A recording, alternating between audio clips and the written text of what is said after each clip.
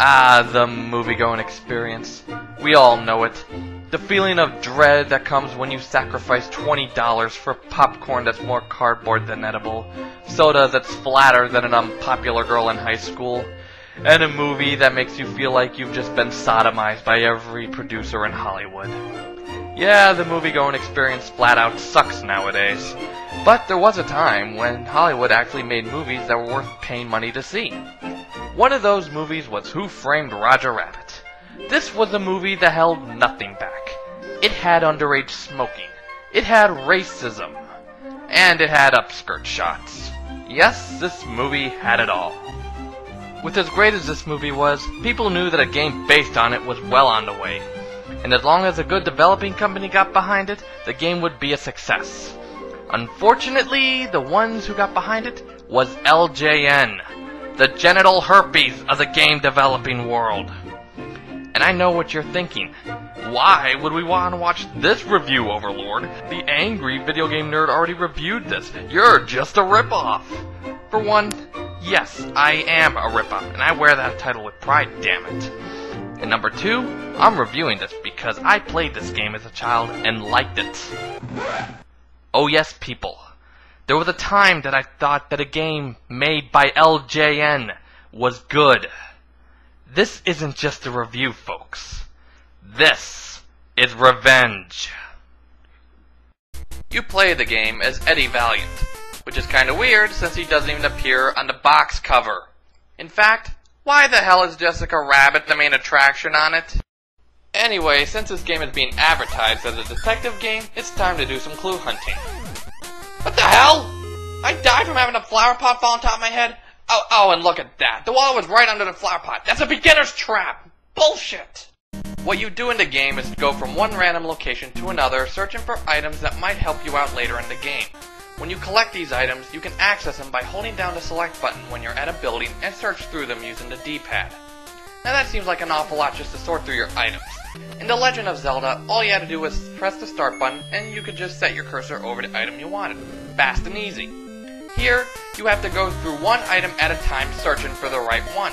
This isn't bad at first, but when you have a lot of items later, it becomes time consuming. Of course, not every place you go to has items you can collect. Thankfully, you can ask people in the game if there are items in the area. My advice is to ask people inside the buildings, particularly the ones in rooms. They always seem to know if there are items around. And asking people in rooms is a good way to avoid the dogs, cats, rats, and bomb-dropping vultures that want to do nothing else but kill you for some reason. And you can't do anything to stop them either. All you can do is avoid them. It really says something about a game when generic stock enemies can't be defeated. The only animals that can be defeated are the black and red animals that guard items at some of the buildings.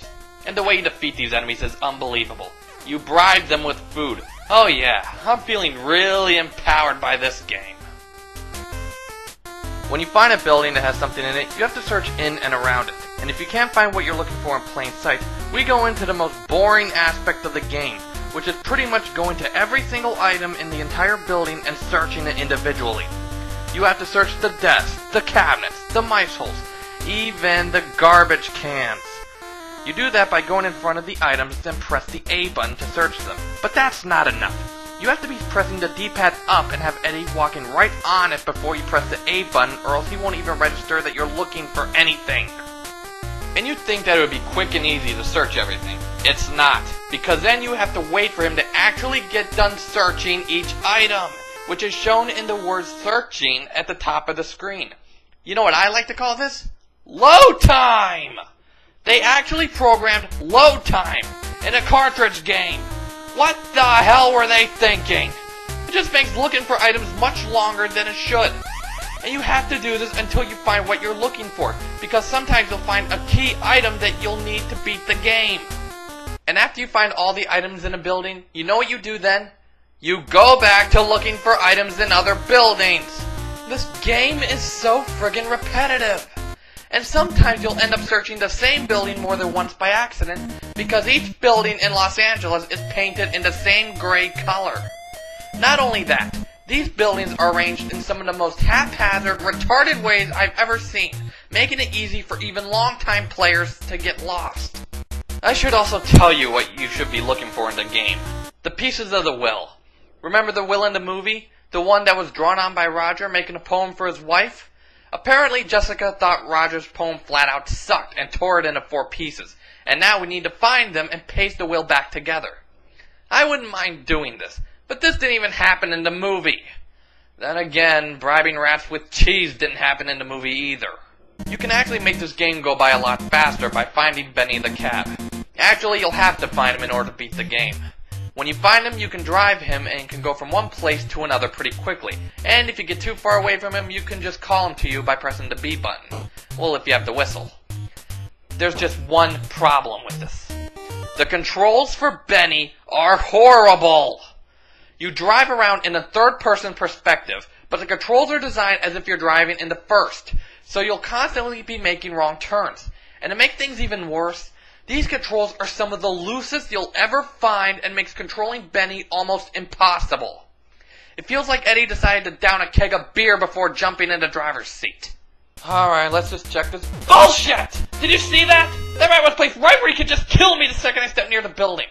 Alright, I need to figure out where to look for the pieces of the will. So it's time I go talk to Jessica Rabbit. You can find her if you locate the Ink and Paint Club, but in order to get past the bouncer, you'll need to find a password.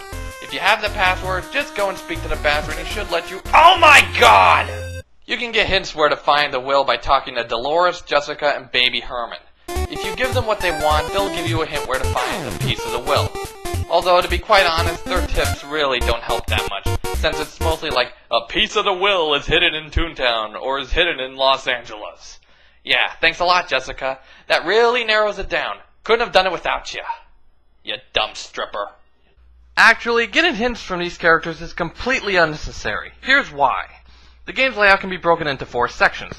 The Forest, Los Angeles, Toontown, and, Toontown with different music. Each one of these areas holds a piece of the will. So once you understand that, finding the will becomes a whole lot easier and makes these characters fucking useless. And now it's time to— wait, what? End of part 1? Go watch part 2? There's more than one part to this review? Oh, you just suck, Overlord. Okay, people, go ahead, just go watch the second part to this piece of crap review.